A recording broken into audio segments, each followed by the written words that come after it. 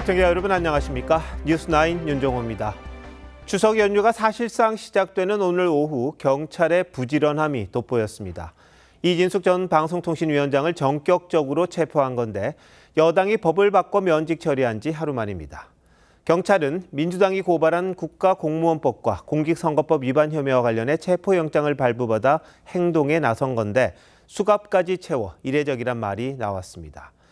이 전 위원장은 정치 보복이자 과잉 수사라고 강하게 반발했고 국민의힘은 관할 경찰서를 항의 방문하면서 독재의 민낯을 드러내고 있다고 항의했습니다.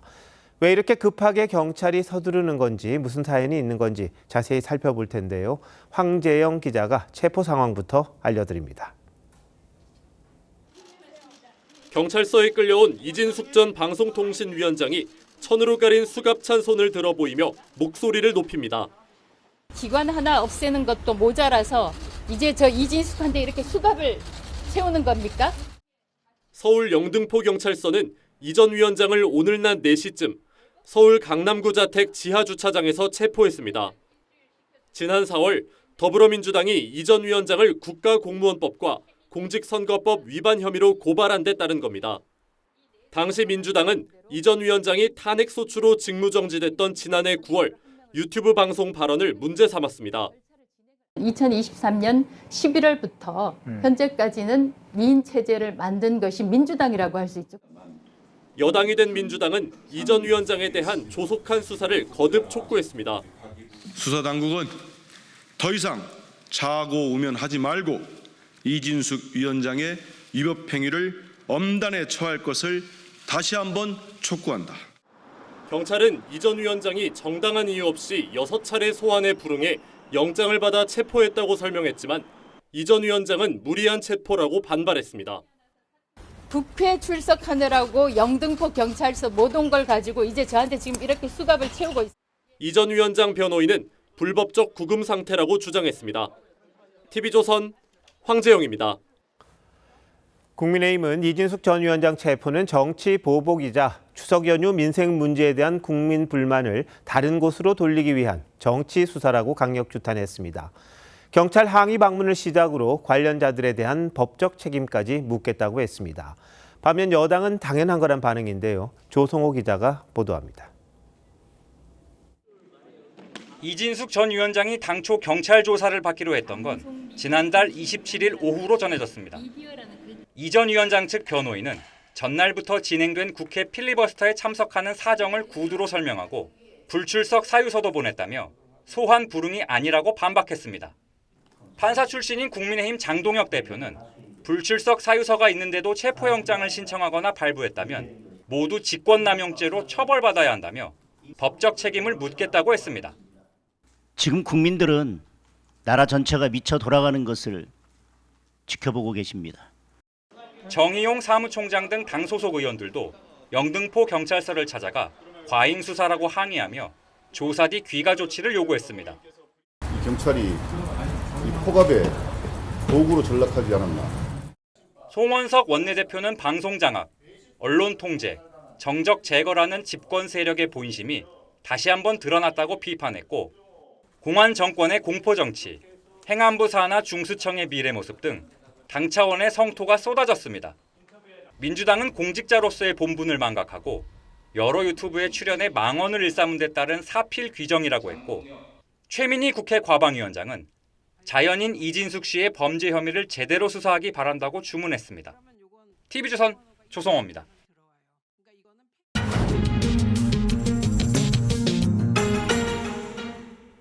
보신 것처럼 연휴를 하루 앞두고 전격적으로 이루어진 이진숙 전 위원장 체포, 파장이 거센데요. 뉴스더에서 사회부 기동팀 김예나 기자와 좀 더 얘기 나눠보도록 하겠습니다. 자, 김 기자, 이 이진숙 전 위원장 체포 예상하지 못한 것 같습니다. 상당히 격앙돼 있던데요. 네, 그렇습니다. 이 전 위원장은 경찰 조사에 앞서 수갑을 찬 채 5분가량 서서 격앙된 어조로 심경을 밝혔습니다. 직접 들어보시겠습니다. 전쟁입니다. 이 말을 한 여성이 떠오르네요.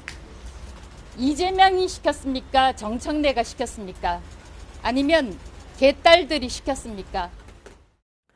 이 전쟁입니다라는 발언은 김현지 대통령실 제1부속실장이 2022년 국회에 있던 이재명 대통령에게 검찰 출석 요구를 문자로 알리며 쓴 말입니다.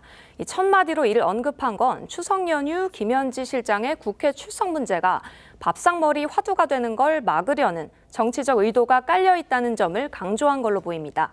자신의 체포가 정부 여당의 이슈 전환용이라는 주장이 내포돼 있는 겁니다. 네. 근데 본인이 주장하기로는 출석하지 못한 이유가 명백히 있었고 이제 미리 알렸다는 거잖아요. 그럼에도 이렇게 체포하는 건 좀 이례적이지 않나 싶기도 한데 어떻습니까?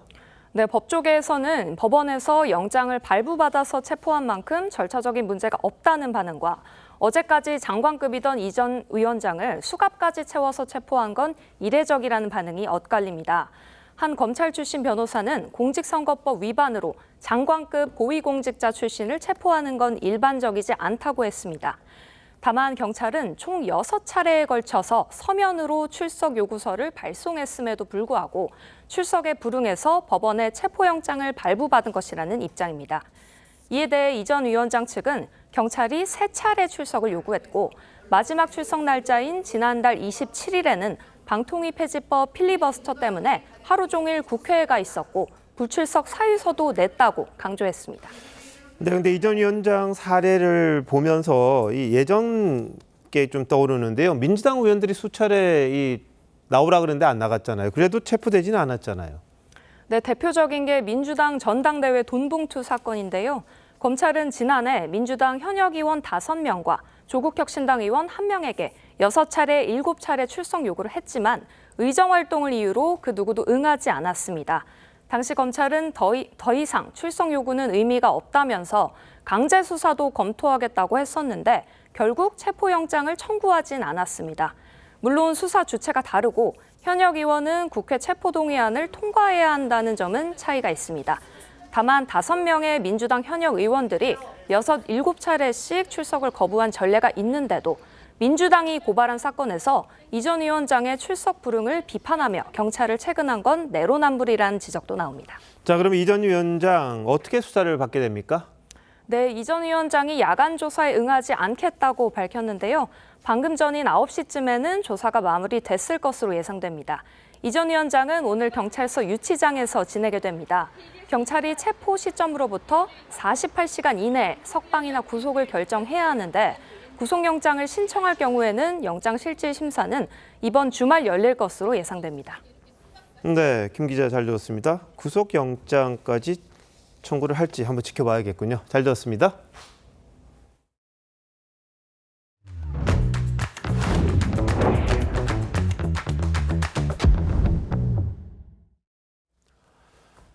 여야 간 극한 대치 상황에서도 정치권의 시선은 벌써부터 내년 지방선거를 바라보며 움직이기 시작했습니다. 민주당은 총선, 대선에 이어 지방선거까지 압승해 입법, 행정, 지방 권력까지 다 장악하겠다는 건데 서울과 부산이 최대 관심지로 떠오르고 있습니다. 다른 곳을 다 이겨도 특히 서울에서 지면 패배라는 인식 때문인지 국민의힘 소속 오세훈 시장의 5선 도전에 맞설 뚜렷한 대항마가 보이지 않아 고민한다는 얘기가 나오고 있습니다. 부산에선 국민의힘 소속 박형준 시장의 3선 도전을 누가 막을 수 있을지가 또 관심입니다. 전정원 기자가 보도합니다. 민주당 서울시장 후보군 중에선 박주민 의원이 가장 먼저 출마를 선언했습니다. 시민들을 위한 시정이 아닌 것 같다. 시장 본인을 위한 시정인 것 같다. 연휴를 하루 앞두고 서영교 의원이 서울시 의원들과 함께 한강버스 비판에 나섰고 내년 지방선거를 앞두고 치적을 쌓기 위해 닥치고 한강버스를 무리하게 밀어붙였고 오늘 기자회견을 예고했다가 취소한 전현희 의원도 국정감사 뒤 출마 선언을 할 걸로 보입니다. 박홍근 의원과 홍익표, 박용진 전 의원, 정원호 성동구청장 등도 유력 후보군입니다. 야권에선 5선 도전이 유력한 오세훈 시장이 연일 부동산 대책을 발표하며 이재명 정부와 차별화된 정책 역량을 강조하고 있습니다. 이 민주당 정부는 그걸 죄악시하기 때문에 모순되는 행보를 보일 수밖에 없는 거죠. 이와 함께 국민의힘 나경원 의원, 개혁신당 이준석 대표 등의 이름도 오르내립니다. 최근 여론조사에서 민주당과 국민의힘 지지도는 17%포인트 차이가 났지만 서울에서의 지방선거 여야 후보 지지는 오차범위 박빙입니다. 부산에선 국민의힘 소속 박형준 시장이 3선 도전을 공식화한 가운데 민주당에선 해양수산부 이전을 발판 삼아 전재수 장관의 출마 가능성이 점쳐집니다. 부산 출신 박재호, 최인호 전 의원 등도 후보군으로 거론됩니다. 지방선거 때 움직임이 주목되는 한동훈 전 대표와 조국 비대위원장은 각각 보궐선거 출마 가능성이 있습니다. TV조선 전정원입니다.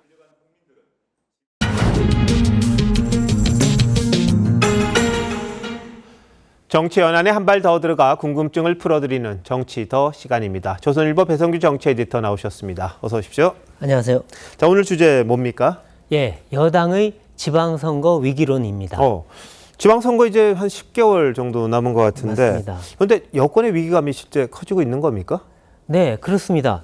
이 대선 직후만 해도 여권에서는 지방선거 필승론 분위기였습니다. 대구, 경북을 제외하고 전국을 싹쓸이할 수 있다. 심지어 대구도 기대한다고 했습니다. 그런데 지난달 중순 이후 각종 여론조사에서 이재명 대통령과 여당 지지율이 계속 하락하고 있고요. 이 민주당 자체적으로 얘기도 나오는데요. 이 오세훈 서울시장과 1대1 가상 대결을 한번 붙여보는데 이 뒤지고 있더라, 이런 소문들이 얘기들이 나옵니다. 이 부산, 경남도 만만치가 않습니다. 이 아무래도 실물 경제, 자영업 경기가 나쁘고 또 관세 협상이 지금 장기화돼서 풀리지 않고 있죠. 집값 상승, 거기다가 민주당의 폭주, 이런 것들이 복합적으로 영향을 미친 것으로 보입니다. 만일에 서울, 부산에서 밀린다면 이재명 정부에게는 큰 타격이 될 겁니다. 총선에도 악영향을 줄 거고요. 또 정청래 대표 입장에서는 내년 자신의 대표 재선을 생각하고 있다는 얘기가 나오는데 네. 아마 그 도전에 빨간불이 켜질 겁니다. 예, 뭐 대구, 경북이나 부산 지역, 서울 PK 지역 요 결과는 오차범위도 한번 따져봐야 될 그런 부분이 좀 있을 것 같기도 하네요. 자, 근데 뭐 민주당이 내부 차출뿐만이 아니라 외부 수혈까지 검토하고 있다, 이런 보도도 나왔습니다. 네, 이 서울 탈환을 위해서 모든 카드를 다 동원한다, 이런 기류입니다. 이 김민석 총리, 강훈식 비서실장 차출론에 이어서 박용만 전 두산그룹 회장, 한성숙 중소벤처기업부 장관, 이 영입 얘기도 나옵니다. 이 정치인에 대해 이제 거부감이 국민들이 있지 않습니까? 네. 이걸 감안해서 경제계 명망가들을 내세우자, 이런 전략으로도 해석이 되는데요. 과거에도 조순, 이명박, 박원순 등 비정치권 출신 시장들이 다수 배출됐었습니다. 여당 일각에서는 이런 얘기도 있습니다. 명태균 수사에 기대한다. 오세훈 시장에게 불리하다 이거죠? 명 씨와 오 시장 간의 커넥션이 드러나면 아마 선거 판세가 크게 출렁일 거다, 이런 기대 같은데 아직 명확히 드러난 건 없습니다. 예. 뭐 이야기는 계속 나왔는데 뭐 구체적으로 드러난 건 없는 것 같긴 합니다. 근데 서울 이외 지역에서는 어떤 선거 전략 세우고 있습니까? 네, 이 험지에는 대선 주자급을 내세우기고요. 그다음에 텃밭은 인해 전술식 벌떼 출마, 이런 컨셉으로 볼 수 있겠습니다. 이 대선 주자급으로는 경남의 김경수 전 지사, 그다음에 대구의 김부겸 전 총리, 부산의 뭐 당은 다르지만 조국 혁신당 비대위원장, 그리고 전재수 의원, 이런 분들 이름이 나오는데요. 뭐 김경수 전 지사 출마 가능성은 높다고 합니다. 그리고 김부겸 전 총리는 본인 의사와는 상관없이 얘기가 나오는 거고요. 조국 위원장은 시장 출마에 선을 긋고 있습니다. 여권 일각에선 국민의힘 출신의 전직 영남광역단체장을 영입하자, 이런 얘기도 나오는데요. 뭐 이름은 좀 얘기하기가 좀 그렇습니다. 그리고 경기, 인천, 충남, 호남 등 당선 가능성이 높은 지역에서는 현역 의원들이 줄줄이 출마를 준비하고 있습니다. 알려진 의원만 20명이 넘습니다. 굉장히 많습니다. 아무래도 나가면 가능성이 높으니까 뭐 여러 사람이 몰리는 거 아닌가 싶습니다. 뭐 김칫국부터 마시는 거 아닌가 싶기도 하긴 합니다만 뭐 지금 상황으로 보면 그럴 수도 있겠죠. 그런데 조금 전에 이야기가 나왔습니다만 당은 다르지만 조국 혁신당과의 연대는 이루어질까요?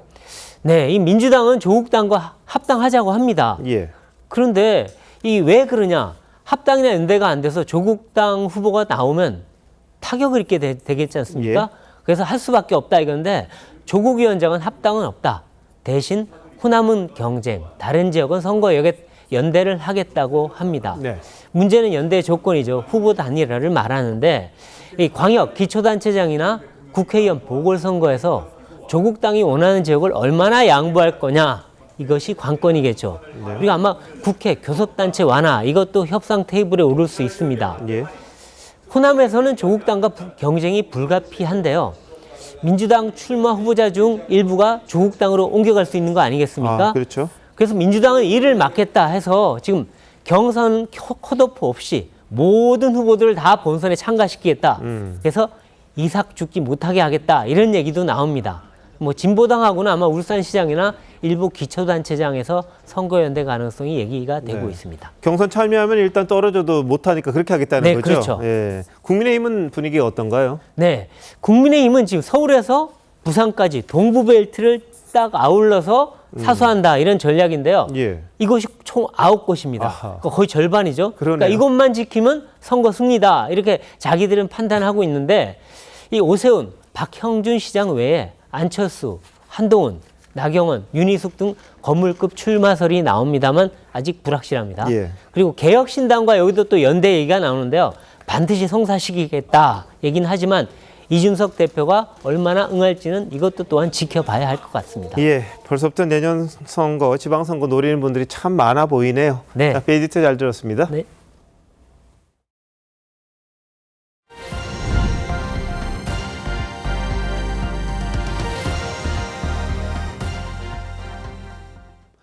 이재명 대통령 지지율이 최근 하락세를 보이는 가운데 민주당 내에서 당내 강경파와 법사위의 사법부 압박을 원인으로 지적하는 목소리가 잇따르고 있습니다.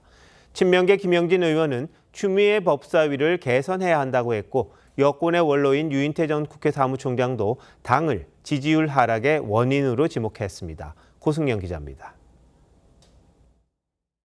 여론조사 업체 4곳이 공동 발표한 전국 지표조사에서 이재명 대통령 국정 지지율은 2주 전보다 2%포인트 내린 57%를 기록했습니다.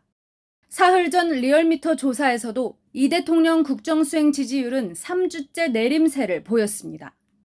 친명 핵심인 민주당 김영진 의원은 정권 교체 뒤 지지율이 가장 낮은 수준이라며 집권 여당이 성찰할 필요가 있다고 했습니다. 그러면서 조희대 대법원장 청문회를 추진했던 추미애 법사위원장 등을 지목했습니다. 민주당의 지도부와 조희대 청문회를 진행했었던 법사위원장과 많은 사람들이 저는 고민해 볼 필요가 있다. 앞서 대법원장 청문회에 대해 법사위의 급발진이라고 비판했던 김 의원은 법사위가 소모적이고 바람직하지 않다고도 했습니다. 너무 소모적이고 국민들 보시기에 적절한 법사위 운영이 아니다라는 생각이 들어요. 법사위가 저는 재구조화될 필요가 있다는. 여권 원로인 유인태 전 국회 사무총장도 지도부가 강성 지지층에 휘둘려 걱정이라며 자제해야 할 사람들로 정청래 대표와 추미애 법사위원장을 꼽았습니다. 거칠게 운반하는 사람들이 무슨 대표니 법사위원장이니 맡고 있는 게 좀 걱정스럽긴 하죠. 유 전 사무총장은 2달 전에도 굳이 이를 거칠게 하는 사람을 또 앉힌다며 추미애 법사위원장 임명에 부정적 의견을 밝힌 바 있습니다. TV조선 고승현입니다. 대통령실 김현지 제1부속실장과 7년간 같은 시민단체 활동을 한 걸로 알려진 김인호 산림청장이 지난 대선을 앞두고 이재명 후보 지지 선언을 위해 지인들에게 개인정보를 요구했다는 의혹이 제기됐습니다. 국민의힘은 김 부속실장이 이번 논란에도 연관돼 있을 수 있다며 인사 개입 의혹을 연일 제기하고 있는데요. 김 부속실장 측 반응 없습니다. 이태희 기자가 보도합니다. 국민의힘 김장겸 의원이 공개한 김인호 산림청장의 지난 5월 SNS 메시지입니다.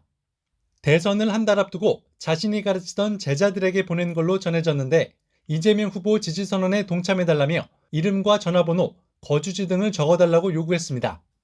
지인 참여까지 독려하면서 선거권이 있는 외국인 정보까지 요청한 정황도 담겨 있습니다. 사실 확인 요청에 산림청은 확인이 어렵다며 밝힐 만한 입장도 없다고 했습니다. 국민의힘은 대통령실 김현지 제1부속실장의 산림청장 인사 개입 의혹을 제기하며 공세를 이어갔습니다. 박정훈 의원은 인사 업무는 인사수석실과 정무수석실 권한이라며 총무비서관이 개입했다면 직권남용 소지가 크다고 했습니다. 국회 행안위는 김 실장을 국정감사 증인으로 출석시키는 문제를 논의했지만 민주당 반대로 명단에서 제외됐습니다. 대통령실이 그제 김 실장 출석을 국회 결정에 따르겠다는 입장을 냈던 것을 두고 애초 여당 거부를 염두에 둔 게 아니냐는 지적도 나옵니다. 간사 간 협의를 하였으나 합의에 이르지는 못했습니다. 협의의 결과를 토대로 해서 명단을 마련했습니다. 이런 가운데 김 실장은 이재명 대통령이 주재한 수석보좌관 회의에 참석하며 보직 이동 이후 처음으로 공개석상의 모습을 드러냈습니다. TV조선 이태희입니다. 이 대통령이 식료품값 인상 원인을 매점 매석에 두고 조선시대에서는 사형까지 했다고 말한 게 논란입니다. 야당은 조선시대의 매점 매석을 사형으로 다스린 적이 없다는 지적과 함께 물가 상승 주요 원인이 현금 살포인데 엉뚱한데 화풀이를 하고 있다고 비판했습니다. 그런데 사실관계를 떠나 금산분리 완화 같은 말을 포함해 대통령 발언이 자꾸 논쟁거리가 되는 것 자체가 바람직하지 않다는 문제 제기도 있습니다. 변정현 기자입니다. 이재명 대통령은 지난달 30일 국무회의에서 바나나 등 식료품 가격 상승 원인이 시장 독점에 있다는 취지로 말하며 매점 매석하면 조선시대에는 사형을 시켰다고 했습니다. 고삐를 놔주면 뭐 담합하고 독점하고 횡포 부리고 폭리 취하고 원래 그런 거잖아요. 조선시대에도 매점 매석했잖아요. 매점 매석하는 사람 잡아 사형시키고 그랬죠, 옛날에. 농림축산식품부 장관이 농축산물 수입 비중이 높은 만큼 환율 상승 등이 물가에 영향을 끼쳤다고 설명했지만 환율이나 대외 공급망이 불안하다. 그러면 우리 국내 가격에 영향을 받습니다. 환율 100원, 200원이 우리 물가에 엄청나게 영향을 미칩니다. 이 대통령은 이후에도 독점 문제를 시정해야 한다고 했습니다.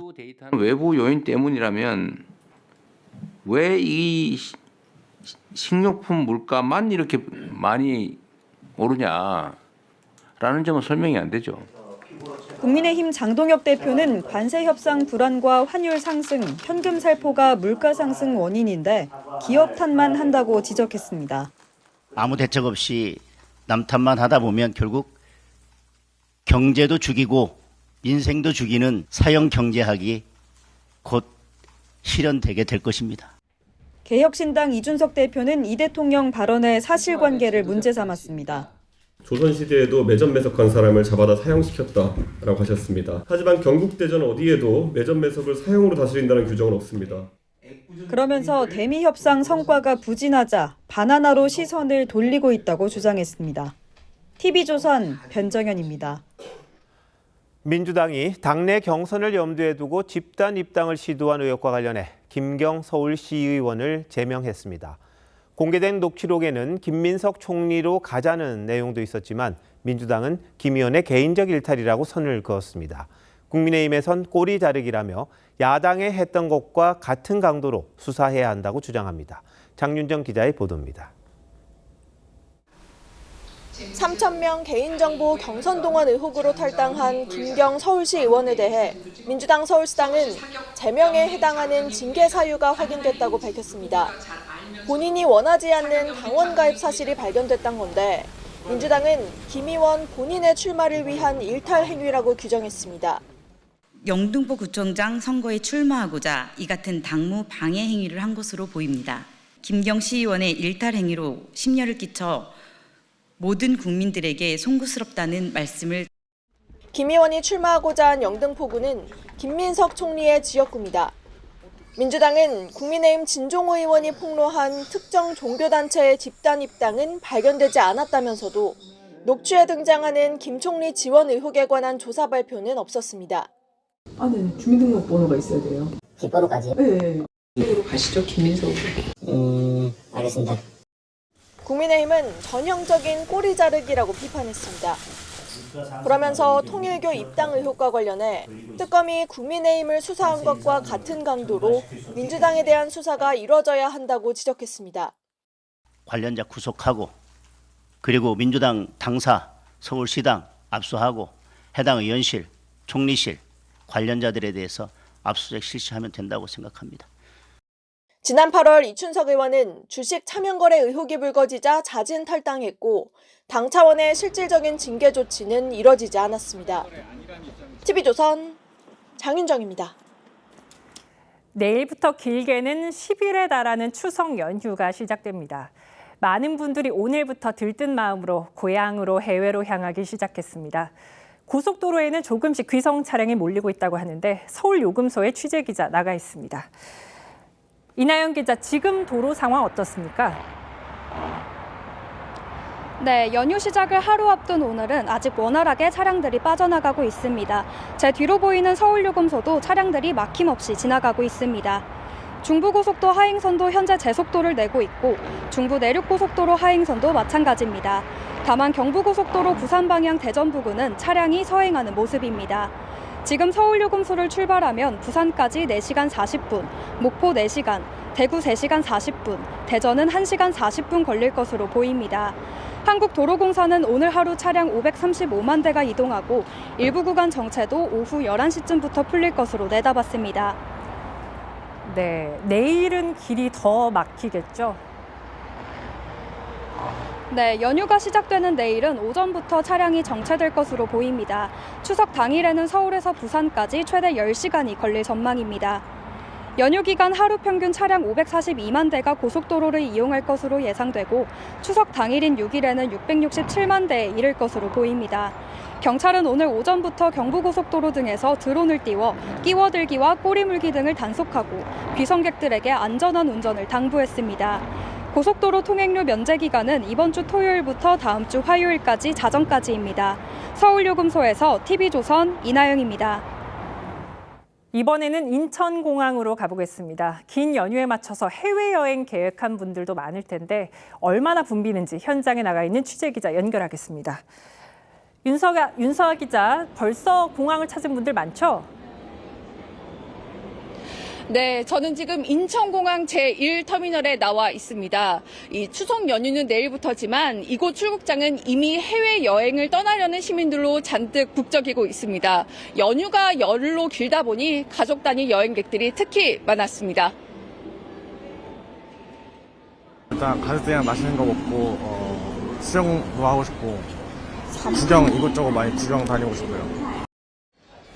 인천공항공사는 오늘부터 추석 연휴가 끝나는 12일까지 총 245만 3천 명이 공항을 이용할 것으로 내다봤습니다. 하루 평균 22만 3천 명이 이용하는 셈인데 지난해 추석이나 올 여름 성수기 때보다 더 많은 수치입니다. 특히 개천절인 내일은 23만 9천 명이 몰리면서 연휴 중 가장 붐빌 것으로 보입니다. 공항 측은 출국장 운영 시간을 새벽 6시에서 새벽 5시로 1시간 앞당기고 엑스레이 검색 장비도 늘려 출국 수속에 차질이 없도록 만반의 대비를 하고 있습니다.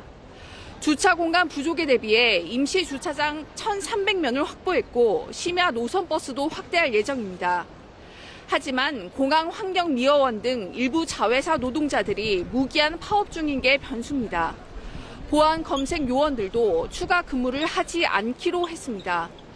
인천공항공사는 수속 시간이 길어질 수 있는 만큼 최소 5시간 전엔 공항에 도착해 달라고 당부했습니다. 여행객들은 전자담배와 보조 배터리 등은 위탁 수화물로 맡길 수 없고 직접 소지하고 타야 한다는 점도 유념하셔야겠습니다. 지금까지 인천공항에서 TV조선 윤서아입니다. 연휴가 긴 만큼 이번 추석에는 3,200만 명이 국내외로 이동할 걸로 보입니다. 헬기를 타고 하늘에서 바라본 귀성길 풍경은 또 다른 모습이었는데요. 이나라 기자가 직접 담아왔습니다. 뿌연 안개 사이로 고층 건물들이 모습을 드러냅니다. 연휴를 앞둔 빌딩 숲은 오가는 사람이 줄어 한적하고 자동차 공장엔 완성된 차들이 빼곡하게 늘어서 있습니다. 고속도로 옆으로 네모반 듯한 논들은 어느새 황금빛으로 물들어가면서 가을 정취를 물씬 풍깁니다. 긴 연휴를 앞두고 고속도로도 아직 양방향 모두 수월했습니다. 200m 상공에서 바라본 서해안 고속도로 모습인데요. 아직은 비교적 원활한 흐름을 보이고 있습니다. 휴게소에는 택배를 실어 나르는 물류 차량들이 빽빽하게 들어섰고 승용차 주차장은 듬성듬성 비었습니다. 내일부터 최장 10일간 추석 연휴가 이어지는 가운데 국토교통부는 이 기간 총 3,218만 명이 이동할 것으로 내다봤습니다. 지난해 추석보다 8.2% 늘어난 수치인데 긴 연휴로 분산되면서 하루 평균 이동 인원은 작년보다 2% 감소한 775만 명으로 전망했습니다. TV조선 이나라입니다. 서울 궁궐에도 추석 분위기를 느끼려는 외국인 관광객들로 북적였습니다.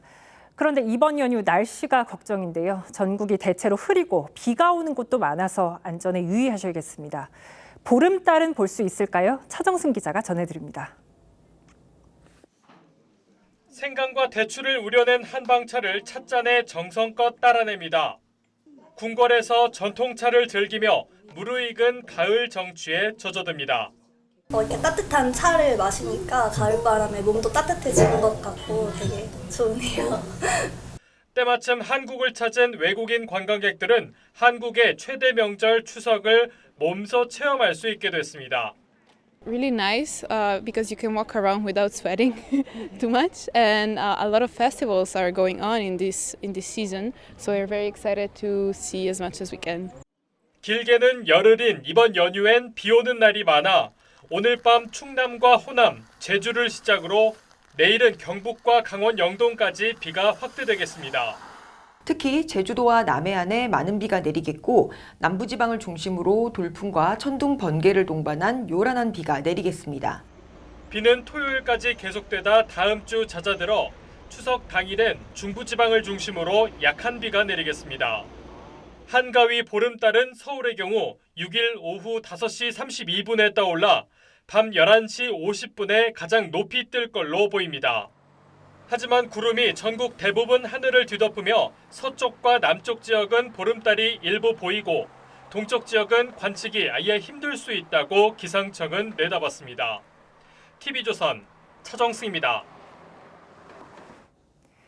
추석 명절에는 오랜 시간 긴 거리를 운전하는 분들 많죠.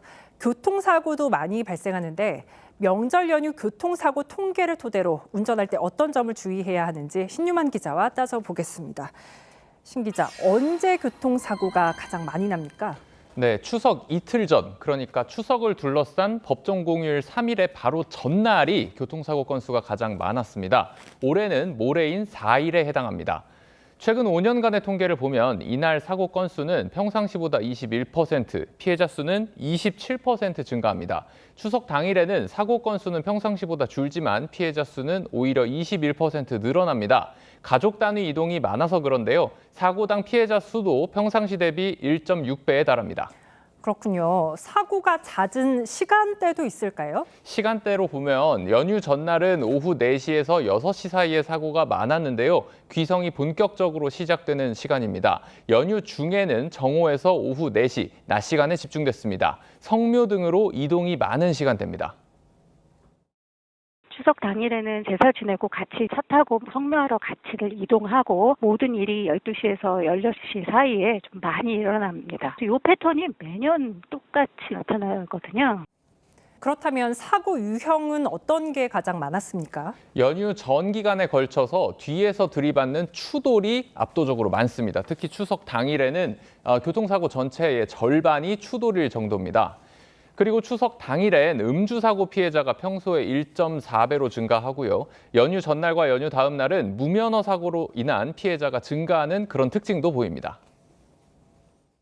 음주운전으로 인해서 면허가 취소나 정지됐는데 그게 이제 무면허로 이어지는 경우도 있습니다. 단속이나 처벌이 두려워서 그냥 가버리죠. 뺑소니 사고도 같이 일어난다고. 결국 안전수칙 준수가 가장 중요하겠죠. 명절 사고를 예방하기 위해서는 어떤 점을 가장 신경 써야 할까요? 네, 흔히 크루즈 컨트롤로 불리는 반자율 주행에 지나치게 의존하면 앞서 말씀드린 추돌 사고로 이어질 수 있습니다. 꾸벅꾸벅 졸거나 휴대폰을 보는 행위도 금물입니다. 타이어 공기압이나 각종 경고등 확인 미리 하셔야 하고요. 2시간마다 휴식하시고 안전거리 확보에도 유의하셔야 합니다. 특히 아이들과 이동하는 분들 많잖아요. 이때는 어떤 점을 유의해야 할까요? 네, 만 6세 이하 어린이는 뒷좌석에 카시트에 태우는 게 안전합니다. 카시트에 안 태웠을 때 사고가 나면 아이의 중상 가능성은 99%, 착용 시에는 5%로 극적으로 감소합니다.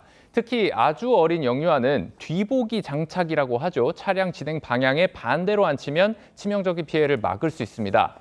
그리고 지금 보시는 영상은 조 수석 탑승자가 의자를 과도하게 젖혀서 누워 있다가 사고가 나는 그런 실험 장면인데요. 이런 자세로 사고를 당하면 뇌 손상과 경추 골절 등 중상 위험이 최대 8%포인트 증가한다고 합니다.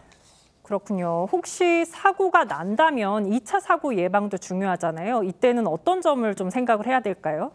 한국도로공사가 만든 비트박스라는 표어만 기억하셔도 큰 도움이 됩니다. 비상등을 켜고 트렁크를 열고 밖으로 대피하고 스마트폰으로 신고한다. 특히 사고 CCTV를 따진다고 고속도로 한복판에 서 있으면 더 큰 사고로 이어질 수 있으니 가드레일 바깥으로 안전하고 신속하게 대피하셔야 합니다. 네, 시청자분들 오늘 알려드린 안전수칙 잘 기억하시면서 따뜻한 명절 보내셨으면 좋겠습니다. 신 기자 잘 들었습니다.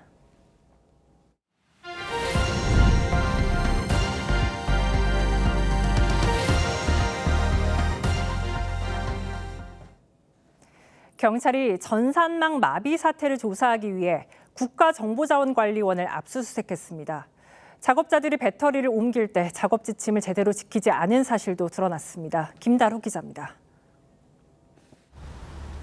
10여 명의 수사관들이 파란 박스를 들고 줄지어 나옵니다.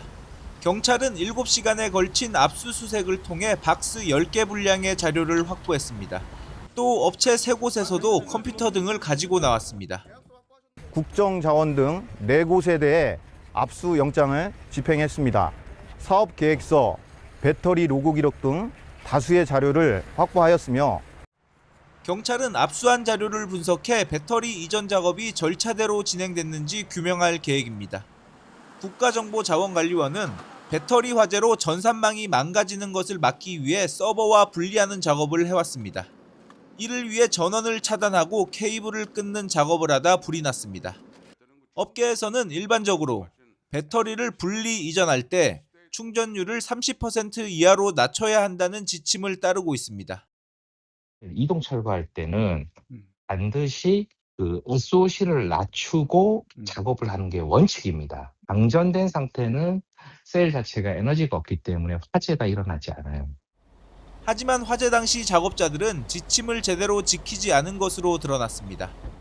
과정을 다시 되짚어보면서 직원들하고 다시 면담하면서 배터리 SOC는 작업 80% 정도 됐었다고. 국정자원 대전번호는 보안 문제 등으로 지난해 전산실 소방 점검도 받지 않은 것으로 확인됐습니다. TV조선 김다로입니다.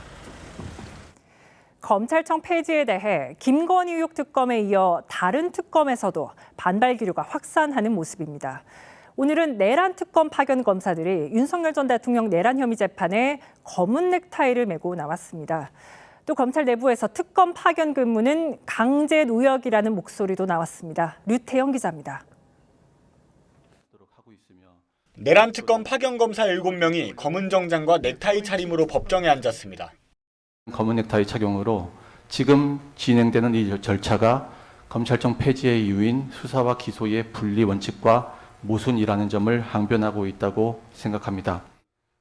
박억수 내란 특검보는 정치적 주장이라며 선을 그었지만 배희철 변호사님도 뭐 넥타이가 어쩌고 저쩌고 하시면서 뭐 그게 뭐 이렇게 하는데 전혀 어떤 논리적이지도 않고 법리적이지도 않은 그런 이야기를 한 파견 검사는 일부 검사들이 특검에서만 수사와 기소, 공소유지를 모두 맡는 상황에 불만이 큰 상황이라고 전했습니다. 김건희 의혹 특검 파견 검사 40명 전원이 원대 복귀를 요청한 것을 두고 민주당은 연이틀 형사처벌 대상이라고 압박했습니다. 집단행위 금지 위반으로 형사처벌 대상이나 검사징계법에 따른 징계 사유에 해당됩니다. 그러자 박영진 법무연수원 연구위원은 형사처벌 겁박은 최고 수준의 갑질이라며 검사 직무를 둘러싼 모순적 상황에서 수사 업무를 강요하는 건 그 자체로 강제노역이라고 반발했습니다.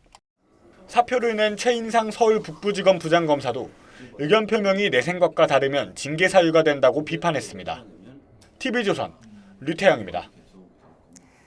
우리 증시가 연일 그동안 가보지 않은 길을 개척하고 있습니다. 오늘 코스피는 사상 처음으로 3,500선을 돌파했습니다. 반도체 대장주인 삼성전자와 SK하이닉스가 큰 몫을 했습니다. 배경이 뭔지 최수용 기자가 보도합니다. 방한한 샘 울트만 오픈 AI 창업주가 이재명 대통령과 만났습니다.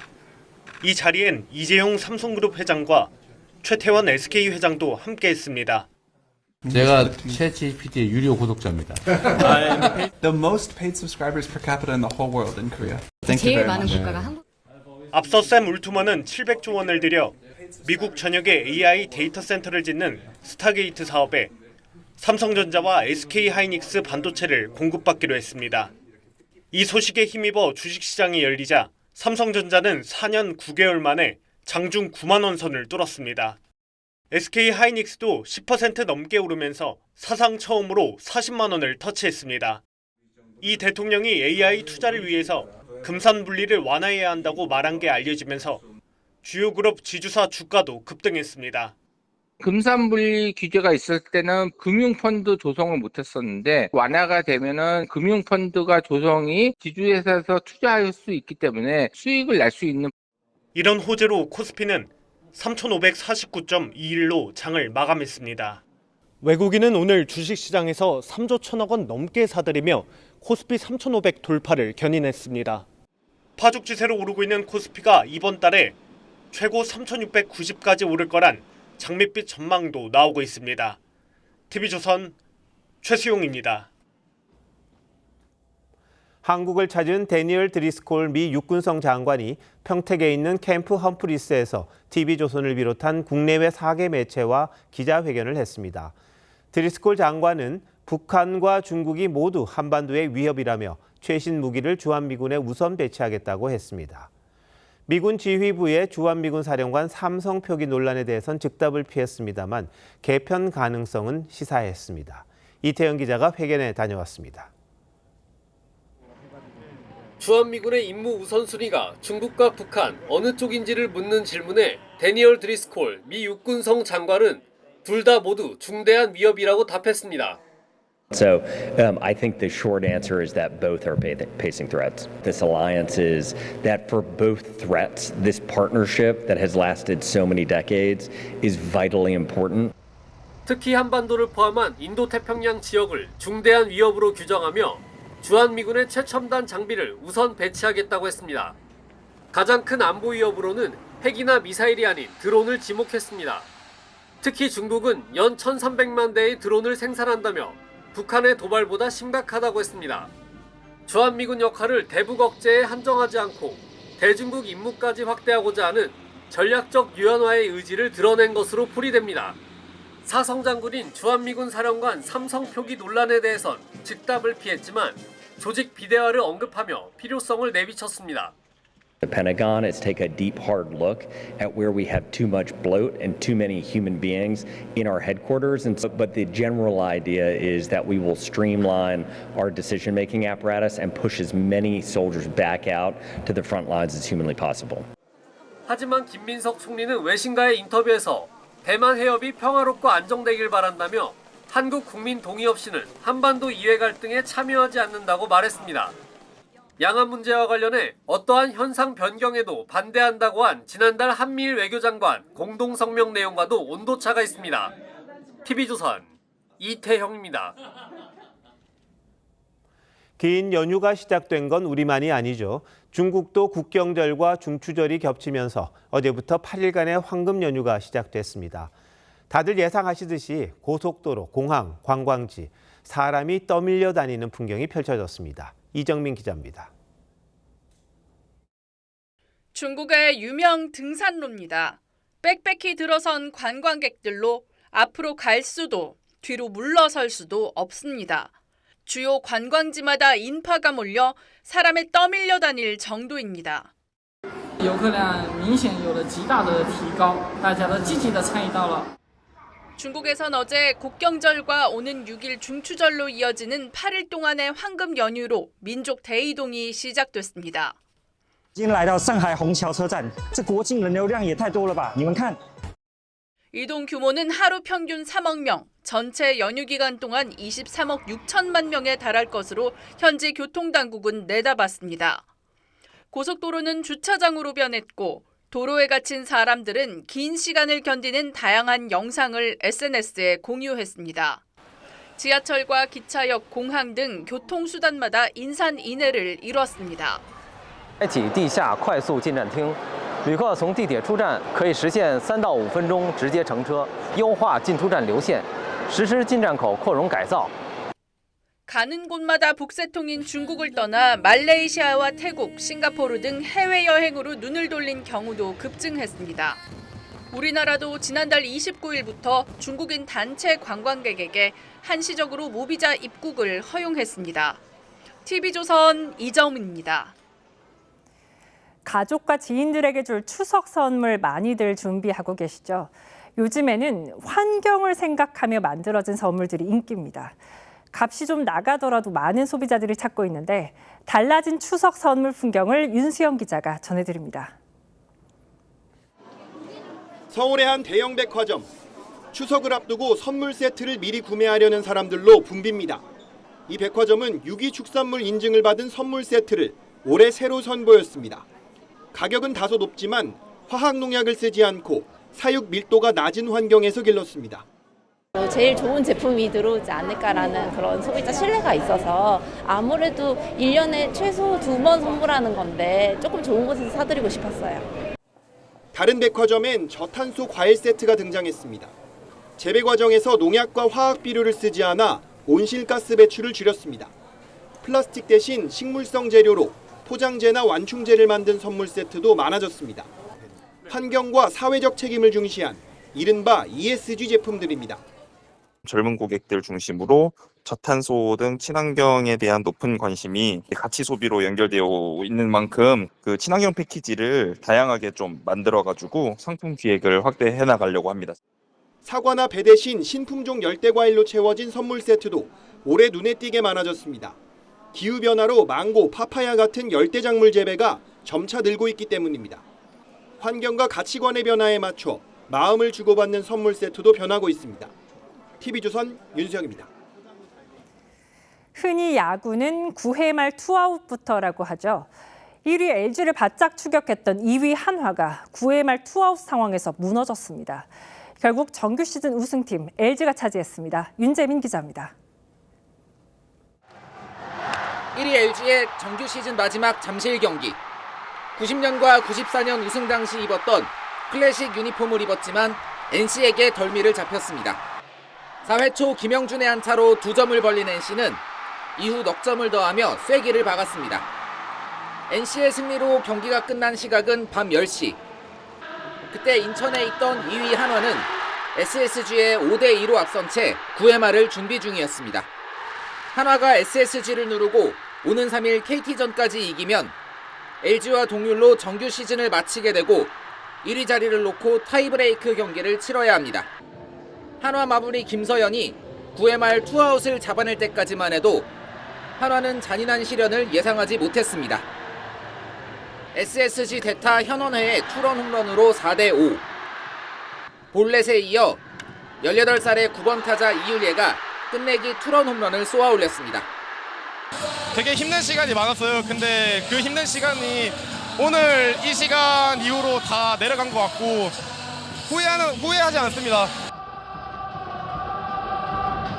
역대 최고의 흥행을 달성한 올 시즌 프로야구 정규 시즌의 우승팀이 LG로 정해진 순간이었습니다. 한화의 승리를 예상하고 집으로 출발했던 LG 선수들은 한화의 패배 소식에 다시 경기장으로 돌아와 남아있던 팬들과 우승의 기쁨을 나눴습니다. 끝날 때까지 끝난 게 아니다라는 야구 명언을 떠올린 LG는 2년 만에 통합 우승을 이뤄내겠다는 각오를 전했습니다. TV조선 윤재민입니다.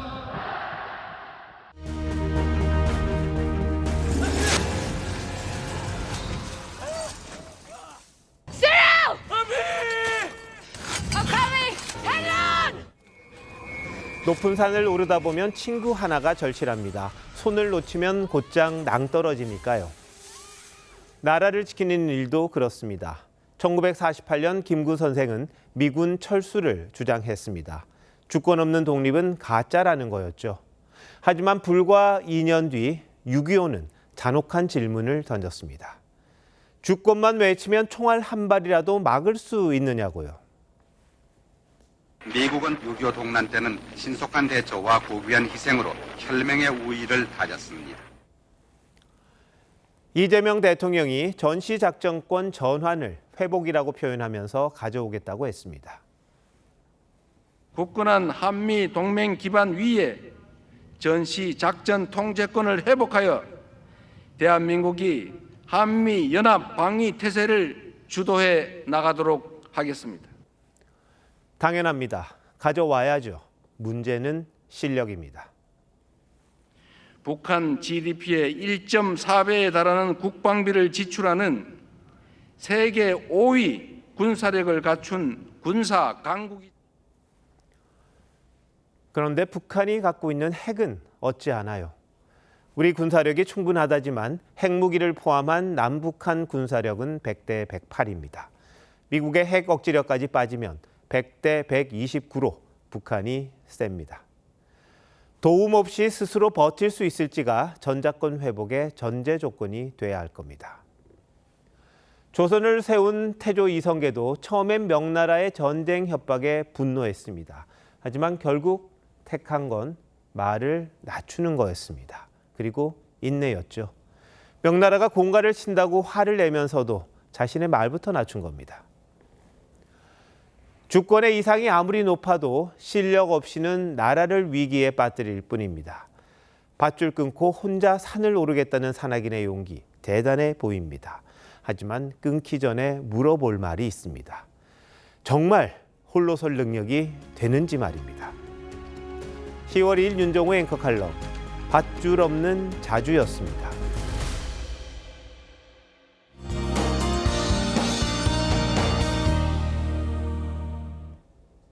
내일부터 긴 연휴가 시작됩니다. 추석 귀성길 빗길에 조심하셔야겠는데요. 특히 제주와 남해안에 비가 집중되겠습니다. 내일 새벽부터 오후 사이 전남 해안과 제주도를 중심으로 시간당 30에서 50mm의 매우 강한 비가 쏟아질 수 있겠습니다. 모레까지 제주 산지에 150mm 이상, 전남 해안에 100mm 이상, 남해안에 30에서 80mm의 비가 예상되고요. 경기 남부와 강원 영서에도 5mm 미만의 비가 조금 내리겠습니다. 많은 비와 함께 바람도 강하게 불어 귀성길 항공과 해상교통 이용객들은 사전에 운항 정보를 잘 확인하셔야겠습니다. 내일 아침 기온 서울 19도로 오늘과 비슷하고요. 내일 한낮 기온 서울 23도, 대전 21도로 선선하겠습니다. 추석 당일에는 충청과 남부지방을 중심으로 구름 사이로 보름달을 보실 수 있겠습니다. 날씨였습니다. 10월 2일 목요일 뉴스9 마칩니다. 시청해주셔서 고맙습니다.